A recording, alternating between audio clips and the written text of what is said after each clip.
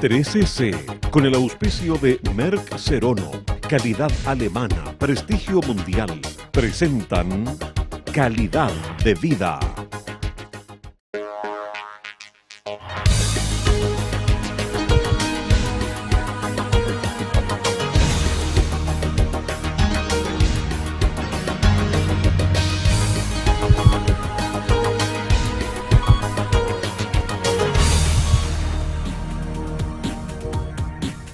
El cerebro es el órgano fundamental para todas nuestras funciones vitales, por lo que debemos protegerlo y cuidarlo con un estilo de vida saludable. La epilepsia es un grave trastorno cerebral. En muchos casos es provocada por lesiones como golpes en la cabeza, factores genéticos o incluso una insuficiencia renal. Esta enfermedad crea una predisposición en el cerebro para generar convulsiones recurrentes, que suelen dejar consecuencias neurobiológicas, cognitivas, psicológicas y sociales. Ponga atención, porque hoy en Calidad de Vida, la epilepsia es nuestro tema. El tema que vamos a tocar hoy día es un tema súper frecuente y hemos invitado a una doctora que es experta en ella. Es la doctora Ada Chicharro. Muy bienvenida a nuestro programa. Gracias. La doctora Chicharro estudió medicina en la Universidad Católica, posteriormente hizo su beca en neurología y se especializó específicamente en epilepsia en la Universidad de Rush en Chicago. Actualmente está en la Liga Chilena contra la Epilepsia y es profesora de la Universidad del Desarrollo, profesora de neurología. ¿Qué es lo que nosotros necesitamos saber acerca de la epilepsia? Bueno, espero que a través de esta conversación las personas puedan aumentar su conocimiento de la epilepsia. Esto es re importante porque, como veremos, la epilepsia no solo afecta a los pacientes, sino que también a todo su entorno. Afecta a sus amigos, a sus familiares, y en la medida que este conocimiento sobre la enfermedad aumenta, el paciente disminuye significativamente sus niveles de ansiedad. Por lo tanto, todas las preguntas que puedan surgir de esta conversación y todas las interrogantes que respondamos, realmente espero que tengan un impacto significativo en la calidad de vida de las personas. ¿La crisis epiléptica es lo mismo que la epilepsia? No, no es lo mismo. Esa es una pregunta muy importante porque crea bastante confusión. Una crisis epiléptica se produce por una descarga eléctrica anormal. Si nosotros recordamos las clases de biología del colegio, la corteza cerebral está formada por neuronas y las neuronas se comunican entre sí mediante impulsos eléctricos y químicos. Cuando estos impulsos ocurren en forma anormal, se produce una descarga eléctrica masiva, que es lo que va a producir una crisis epiléptica, ¿ya? Esta crisis epiléptica puede ser reactiva o puede ser espontánea. Aquí nosotros llamamos reactivo cuando una crisis ocurre secundaria, por ejemplo, a la ingesta de droga, ¿ya? Una persona que consume cocaína o consume pasta base o muchas veces el alcohol también puede producir una crisis epiléptica reactiva. Por lo tanto, uno suspende la causa que la produjo y la persona no va a volver a presentar crisis. Y básicamente, ¿qué son las crisis? Bueno, las crisis tienen manifestaciones extremadamente diversas y va a depender del área en el cerebro donde se produzca la crisis, ¿ya? Aquí nosotros tenemos un modelo que yo se los voy a mostrar. Si pueden enfocar la cámara, este es la masa encefálica. ¿Por qué no muestras tú en forma didáctica? Bueno, lo que les explicaba entonces es que en la corteza cerebral, en la capa que cubre el cerebro, es donde se van a producir las descargas eléctricas, donde se producen estas conexiones neuronales. Cuando hay una descarga eléctrica normal en distintas partes que tienen una relación funcional con alguna manifestación clínica, el paciente va a tener, por ejemplo, en el lóbulo, este es el lóbulo temporal, ¿ya? Tenemos aquí adelante el lóbulo frontal, el lóbulo parietal. En el lóbulo temporal está todas las áreas, el área de la emoción. Por lo tanto, si un paciente tiene este de acá, especialmente la parte más interna del lóbulo temporal, por lo tanto, si una persona tiene una anormalidad en la parte interna, puede experimentar crisis que solamente se manifiesten como sensación de miedo intenso, una sensación de haber vivido la situación que estamos viviendo, una sensación de desconocer el lugar donde se encuentra, y posteriormente eso es seguido por una desconexión del medio.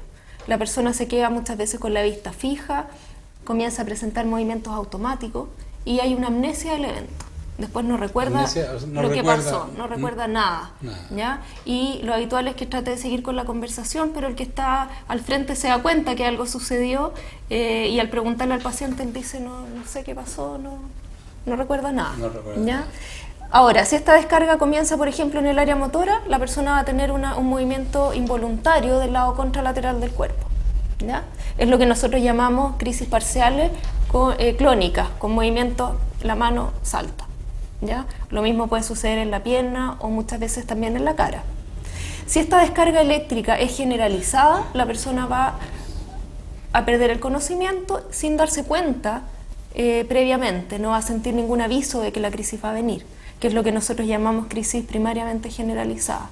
¿Qué porcentaje de las crisis epilépticas son reactivas a drogas? Debemos estar ante un paciente que tenga crisis recurrentes, ¿no es cierto?, que no sea una crisis única y que sean crisis que hayan ocurrido en forma espontánea. Es decir, que no haya un gatillante como un medicamento o una droga para producir las crisis. Porque si el paciente consumió droga y tuvo una crisis, eso no es epilepsia, eso es una crisis reactiva al consumo de droga. ¿Ya? Y eso ocurre no tan rara vez, porque incluso ciertos medicamentos que usamos con frecuencia, por ejemplo, por dar un ejemplo, el más típico es un antidepresivo, puede producir crisis epilépticas. Y sabemos que ese antidepresivo no debe darse en personas que han tenido crisis epilépticas previamente. Por ejemplo, ¿ya? Existen otras condiciones como la baja en el azúcar, la hipoglicemia, la baja en el sodio sanguíneo, una hiponatremia, también son causas que pueden producir crisis sin que el paciente tenga epilepsia. No necesariamente epiléptico. Es así también como la fiebre en los niños puede producir crisis y no necesariamente el paciente va a ser epiléptico. Y la epilepsia propiamente tal, ¿cómo llegas tú al diagnóstico de epilepsia? Bueno, el diagnóstico es un diagnóstico clínico. ¿En qué se basa? En la historia clínica, en lo que cuenta el paciente o el testigo, ya que puede ser un familiar o un amigo. El paciente, para decir que tiene epilepsia, tiene que haber tenido crisis epilépticas recurrentes, estereotipadas, que sean todas iguales o que sean, como les decía, recurrentes y espontáneas, que no sean gatilladas por factores externos. En ese caso estamos ante un paciente que tiene epilepsia, o sea, lo más importante del diagnóstico es la historia. ¿La crisis de pánico tiene alguna relación con estas crisis o no? La verdad es que sí y no. Porque es uno de los diagnósticos diferenciales más frecuentes y algo que uno debe tener presente al momento de evaluar una epilepsia. Como yo les decía, cuando tenemos un foco que está en el área de las emociones, vamos a tener síntomas que van a ser emociones, ¿ya? Y habitualmente emociones negativas, no positivas. O sea, vamos a sentir miedo, vamos a sentir angustia, no propiamente tal sensación de muerte inminente como son las crisis de pánico, pero sí podemos tener sensaciones de miedo muy parecida a lo que es una crisis de pánico.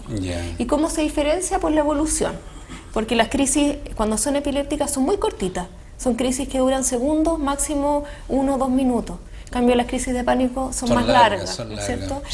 Y otra de las características es que la crisis de pánico, la persona habitualmente no pierde la conciencia, como es en la crisis epiléptica, que hay una breve desconexión del medio. Muchas veces la persona se puede incluso orinar o tiene movimientos automáticos. Esas son la principal forma de diferenciarlo de las otras. Y dentro de las últimas investigaciones, de lo que ustedes los neurólogos han estudiado, ¿se ha avanzado algo en cuáles serían las causas que producen la epilepsia? Bueno, los avances tecnológicos han sido muy importantes en las últimas 2 décadas. Actualmente contamos con métodos de imagen, de neuroimagen, que son tremendamente... Tú tenías un slide... Sí, como les decía, el método diagnóstico de imagen más sensible para detectar las anomalías en este momento es la resonancia. ¿Ya? Y sería en este minuto considerado como el método de elección para estudiar la anatomía cerebral. ¿Y qué puedes ver tú en una resonancia? Esto yo sé que para el público es un poco específico, pero un poco para aprender uno también. En la resonancia nosotros podemos encontrarnos con muy diversas patologías.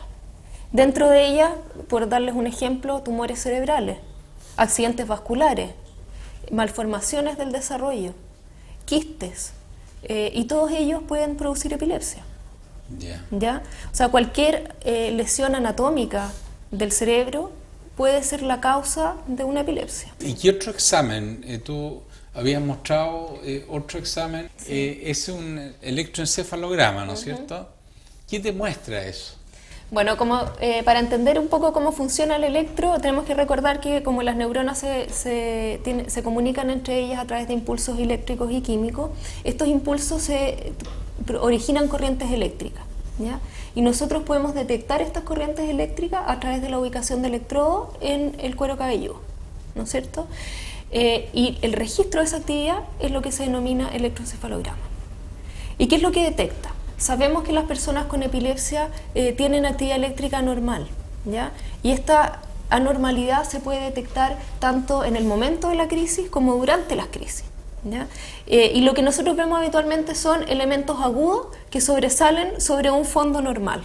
Y es lo que vemos un poco en este dibujo que es una foto de un electro real, en el que ustedes ven un elemento agudo que parece una aguja, ¿no es cierto?, y que está ubicado en la región temporal del lado derecho. ¿Esto era lo clásico antes que apareciera el escáner y la resonancia y todo? Son complementarios. La verdad es que esto es tremendamente importante porque a pesar de que hemos avanzado mucho en la neuroimagen, aún nos falta harto camino por recorrer, en el sentido que aún tenemos un porcentaje de pacientes en que no se ven lesiones.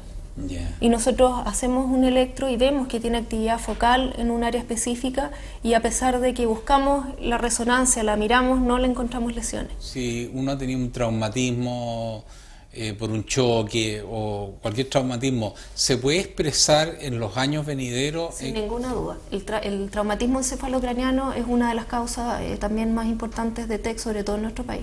Claro, porque puede ser que en el minuto, en ese instante, no tenga nada. Exacto. Pero en los próximos años sí puede tener. Sí, esa es una buena pregunta. Yo creo que todo lo que nos ayude a rebajar el número de pacientes con tequiados va sin duda a disminuir el número de pacientes con epilepsia post-TEC. Por lo tanto, yo creo que la prevención más importante y una de las cosas que yo creo que en Chile va a tener un mayor impacto es tratar de disminuir el alcoholismo. Ada, te invito a que vamos a un pequeño receso y volvemos en forma inmediata.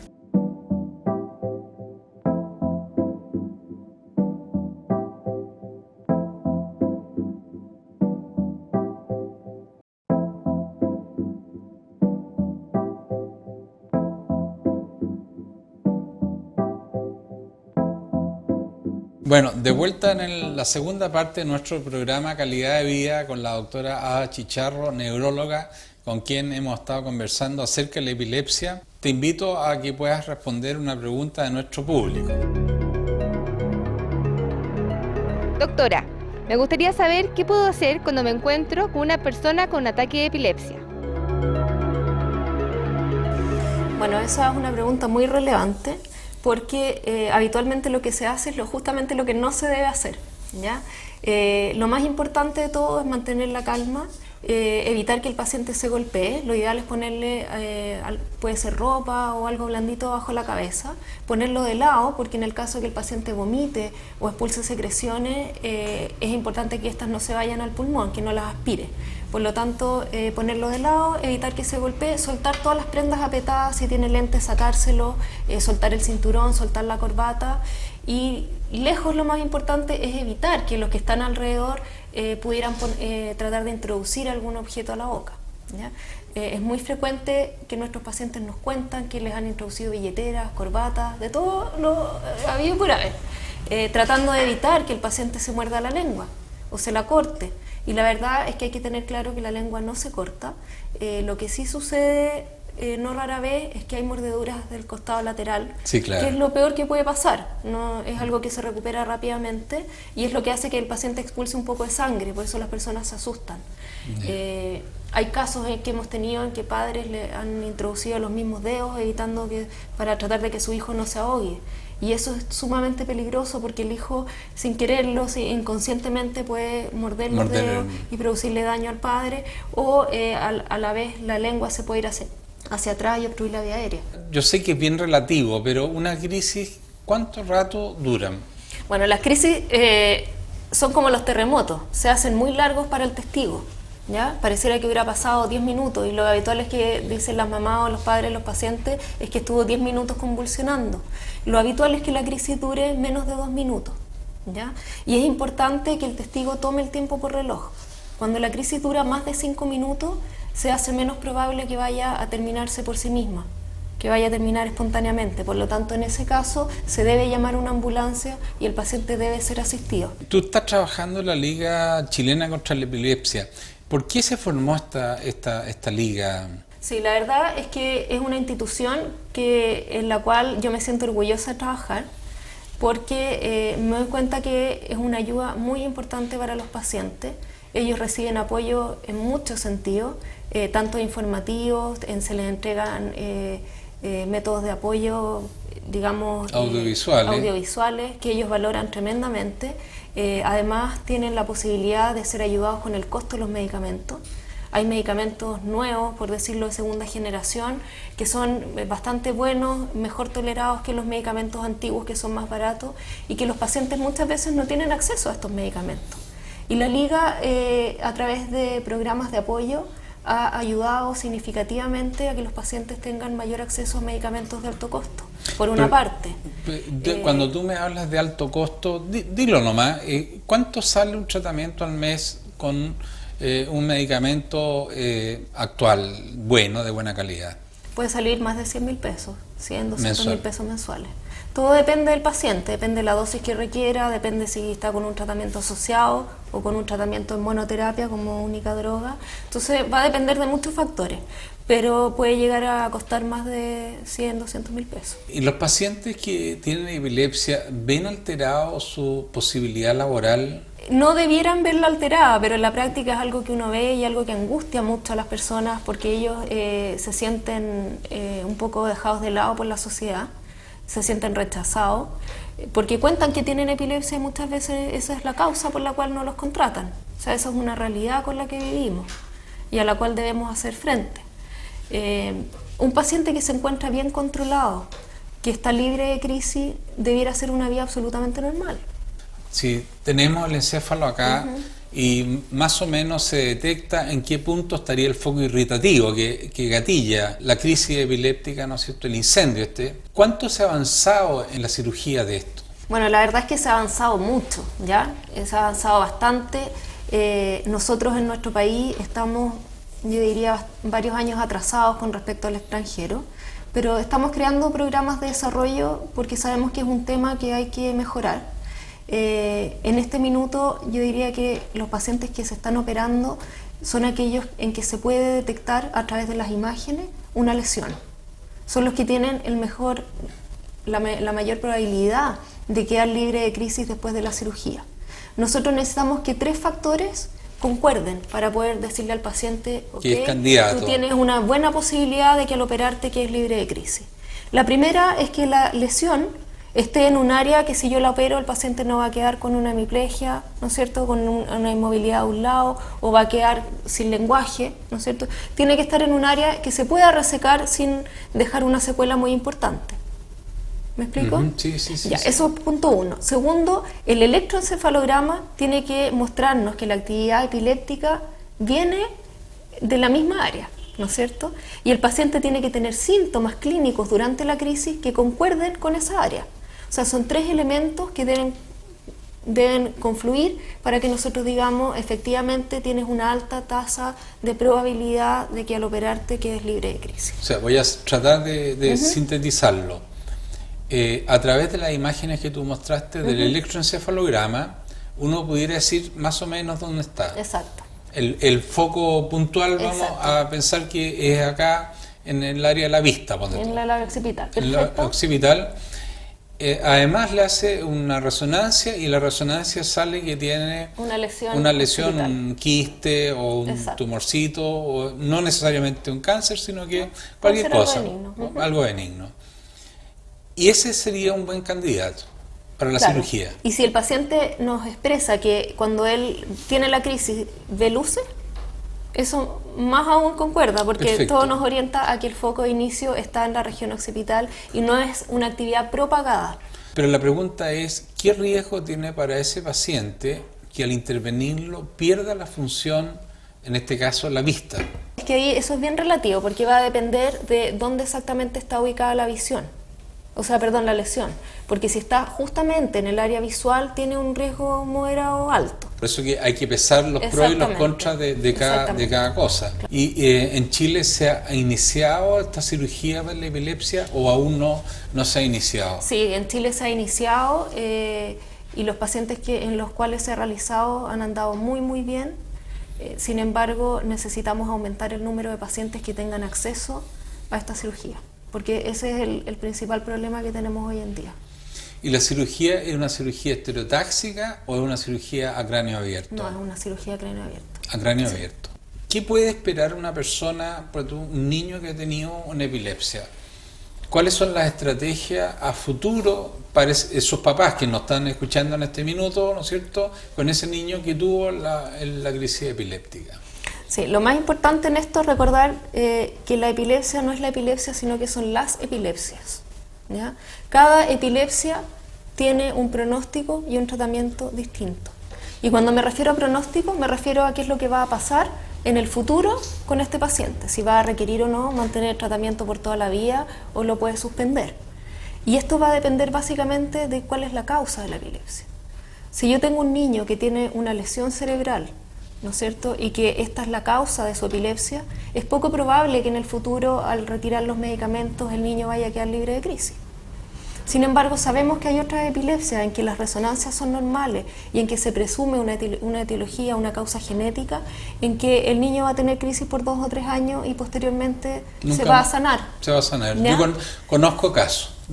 Casos de que han tenido petit mal o crisis. Petit mal se llama crisis chiquitita. Claro, de ausencia. De ausencia. Entonces no es para toda la vida, eso es importante, claro, en algunos casos, y todo va a depender de la causa.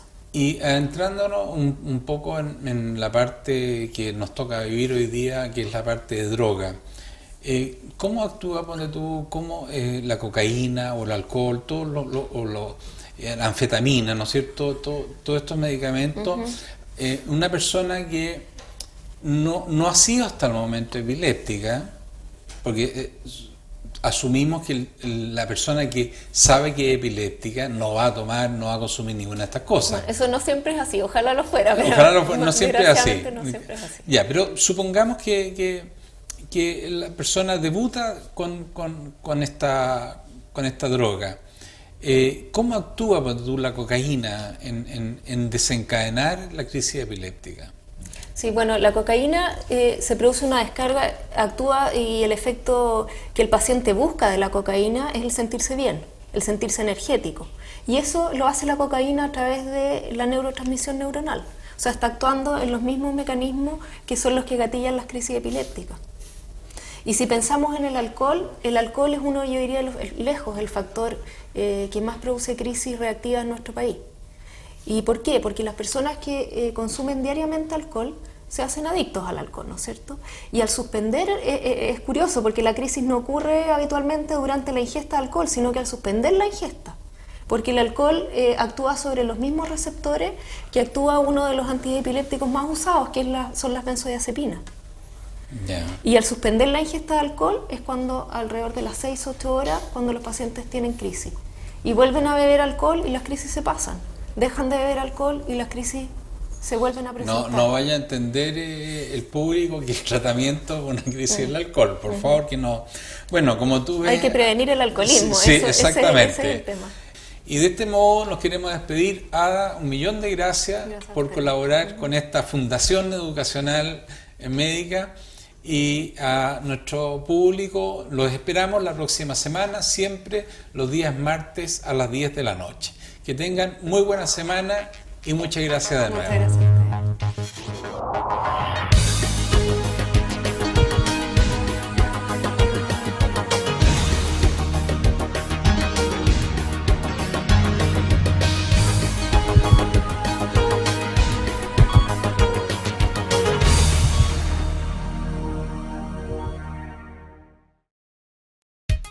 .cc, con el auspicio de Merck Serono, calidad alemana, prestigio mundial, presentaron Calidad de Vida.